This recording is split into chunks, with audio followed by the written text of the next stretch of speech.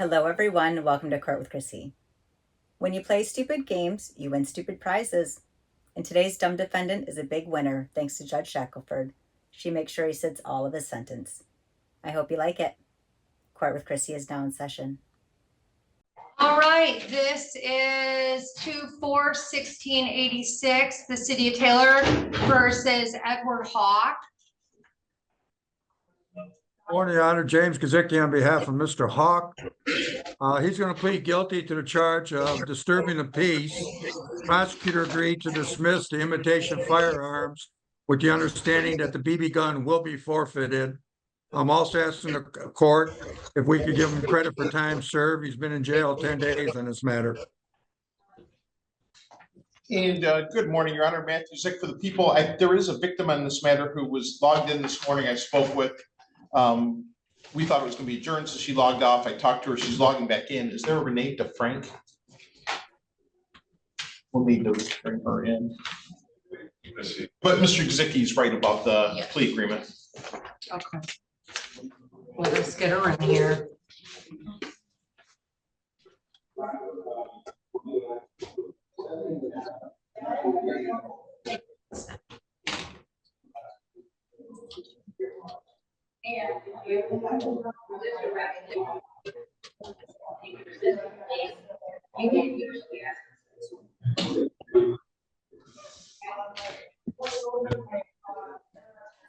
All right, I see that Mr. Frank is present as well, so I understand there were some issues, or I recall this from the arraignment on this matter. There were some issues with respect to the charge of the imitation firearm.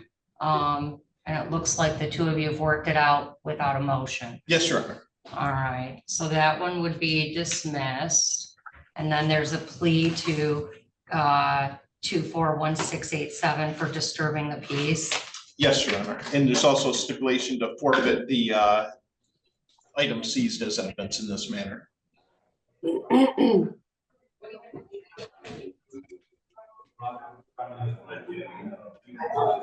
I think the facts of this case are alarming.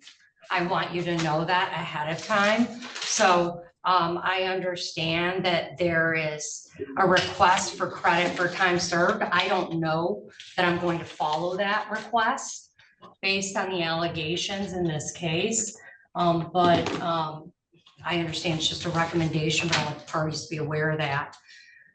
Mr. Hawk. Yeah. Yes, ma'am. You understand that disturbing the peace is, 1 second. You understand that disturbing the peace is a 90-day misdemeanor with a fine of up to $500? Yes, ma'am. So that's the maximum I could give you. Do you understand that? Yes, ma'am.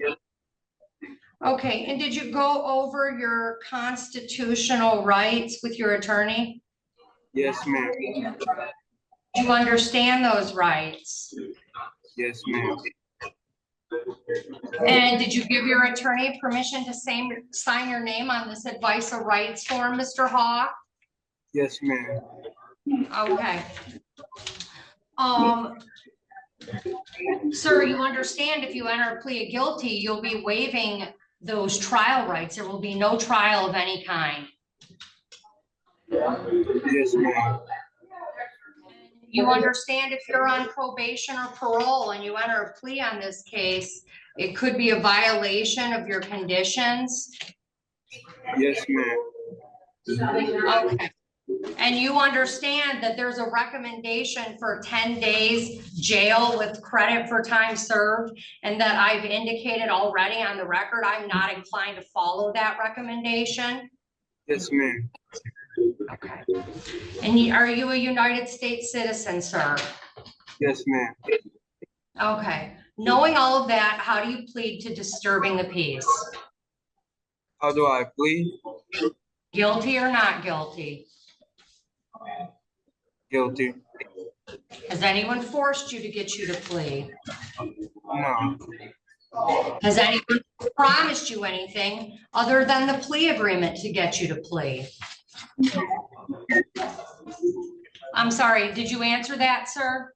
No. Are you pleading guilty of your own free will?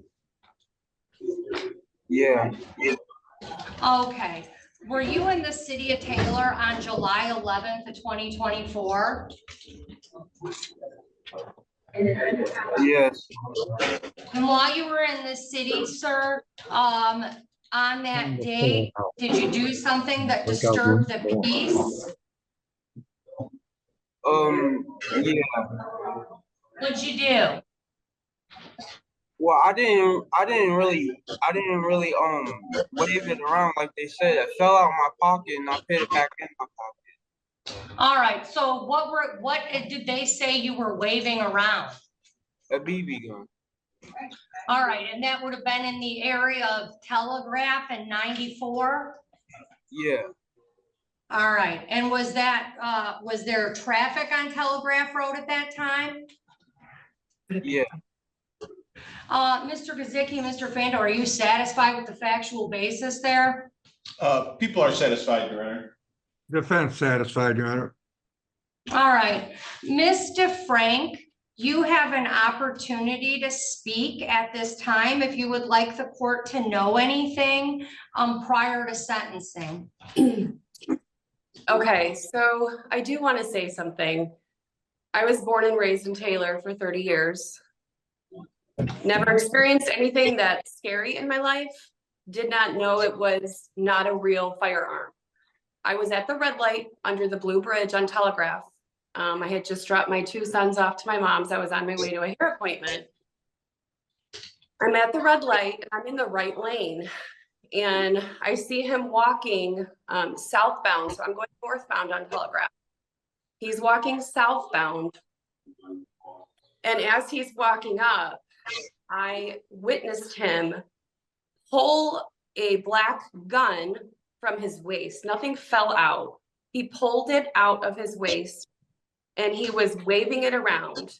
I started just shaking and I immediately called the police. So, and another thing I want to note is he had a very smug look on his face and I was absolutely petrified.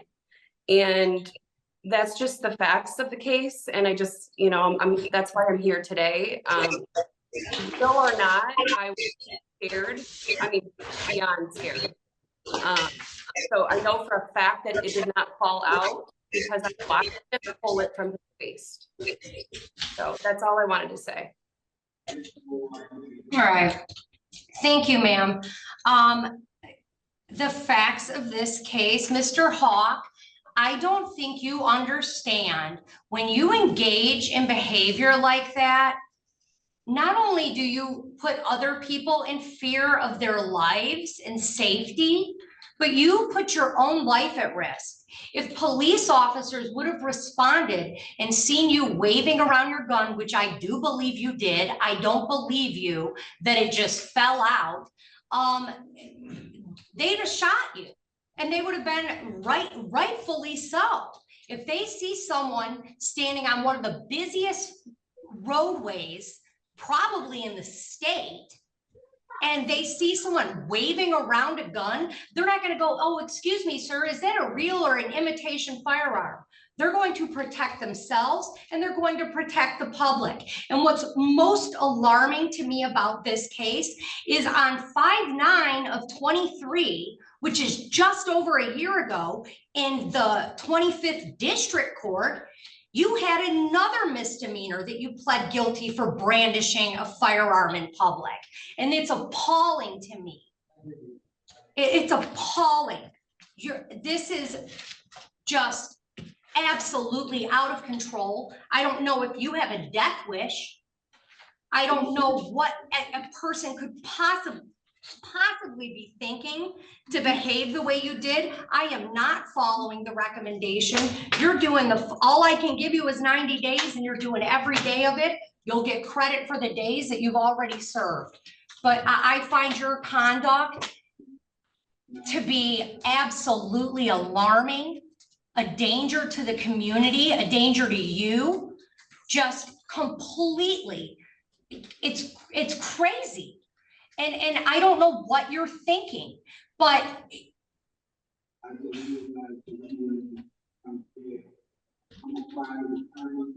don't know what needs to happen for you to learn, but the fact you just did this last year and you just pled guilty to it a year ago is unbelievable. Every day I can give you, you'll sit.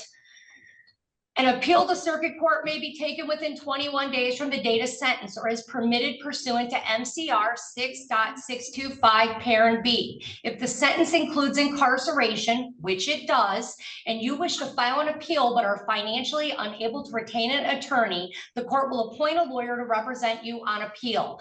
If the request for the lawyer is made within 14 days of the date of sentencing. So you have 14 days from today to request a lawyer. But sir, if I could give you more, I would. But I can't. Mr. Frank, I am so sorry that happened to you. This is just unbelievable. So that's my sentence and we're all set.